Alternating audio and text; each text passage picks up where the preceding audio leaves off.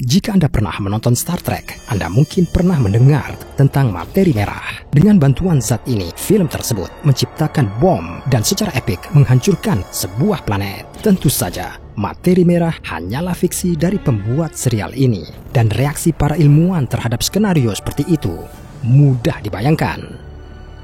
Pada kenyataannya, zat seperti itu harus memiliki massa jutaan kali lebih besar dari bumi dan langsung hancur. Karenanya, menurut ilmu pengetahuan resmi, tidak mungkin membuat bom seperti itu untuk menghancurkan planet. Tapi, saya tidak setuju dengan ini. Bagaimanapun, planet asal Kapten Spock tidak dihancurkan oleh materi merah. Planet ini tersedot oleh lubang hitam raksasa yang muncul dari interaksi materi merah dengan reaksi nuklir. Saya rasa Anda sudah bisa menebak apa yang saya maksud.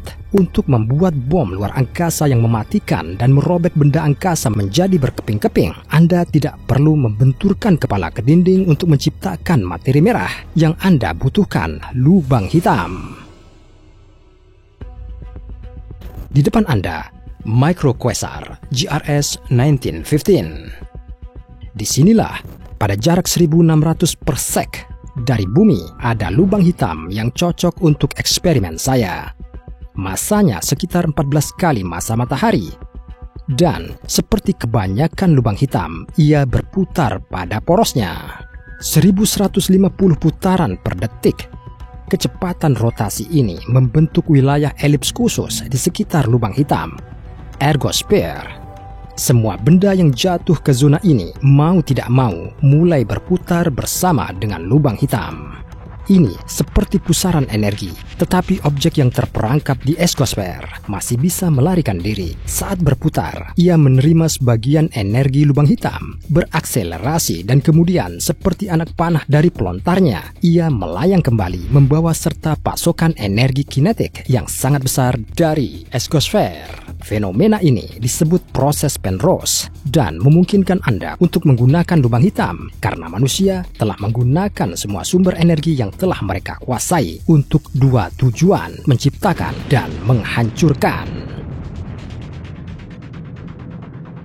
Untuk membuat bom, kita akan secara artifisial melemparkan foton cahaya ke pusaran ini, dan sebagai outputnya kita akan menerima radiasi dengan energi kolosal yang diambil dari ergosphere.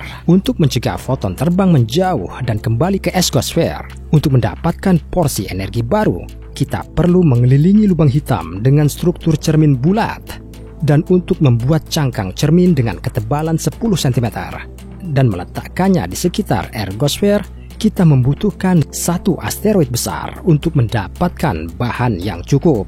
Sekarang, foton yang terbang keluar dari ergosphere dengan energi tambahan dipantulkan dari cermin dan kembali ke pusaran kosmik, memperoleh lebih banyak energi tambahan dengan setiap siklus. Lubang hitam sedang bermain pingpong luar angkasa dengan kita. Energi di dalam bola cermin semakin meningkat. Dan jika Anda tidak melepaskannya dari cangkang tepat waktu, maka cepat atau lambat lubang itu akan meledak. Dan kemudian ia akan memuntahkan begitu banyak energi sehingga benar-benar dapat menghancurkan tidak hanya sebuah planet, tetapi juga seluruh sistem bintang. Kekuatan ledakan lubang seperti itu akan menjadi sekitar 40 oktolion megaton TNT, jumlah energi yang dilepaskan selama ledakan supernova. Untuk mencapai efek yang sama, kita harus meledakkan sejumlah TNT beberapa triliun kali massa planet kita.